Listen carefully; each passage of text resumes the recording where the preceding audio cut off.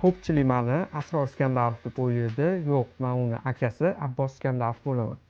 Assalomu alaykum. Meni ismim Abbos. Sizlar bilgan, tanigan maxfiy dasturchiman. Deyarli 8 yildan beri dasturchi bo'lib ishlab kelaman. Bu yog'iga ijtimoiy tarmoqlardagi sahifalarimni jonlantirish va o'zgartirish vaqti keldi deb o'ylayman. 8 yil davomida 20 tadan oshiq loyihada ishlagan bo'lsam, ularni qaysilaridadir proyekt menejeri bo'lib ishladim, qaysilaridadir dasturchi bo'lib ishladim. Hozir sun'iy intellekt butun dunyoni egallayotganidan xabaringiz bor.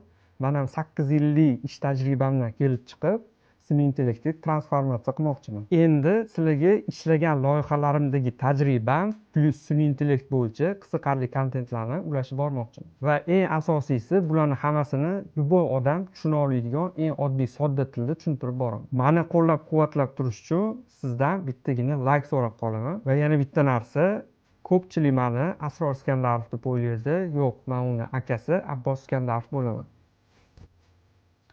Endi bundan buyog'iga maskasiz kontent qilamiz, chunki sun'iy intellektga ham даже maska xalaqit beryotdi.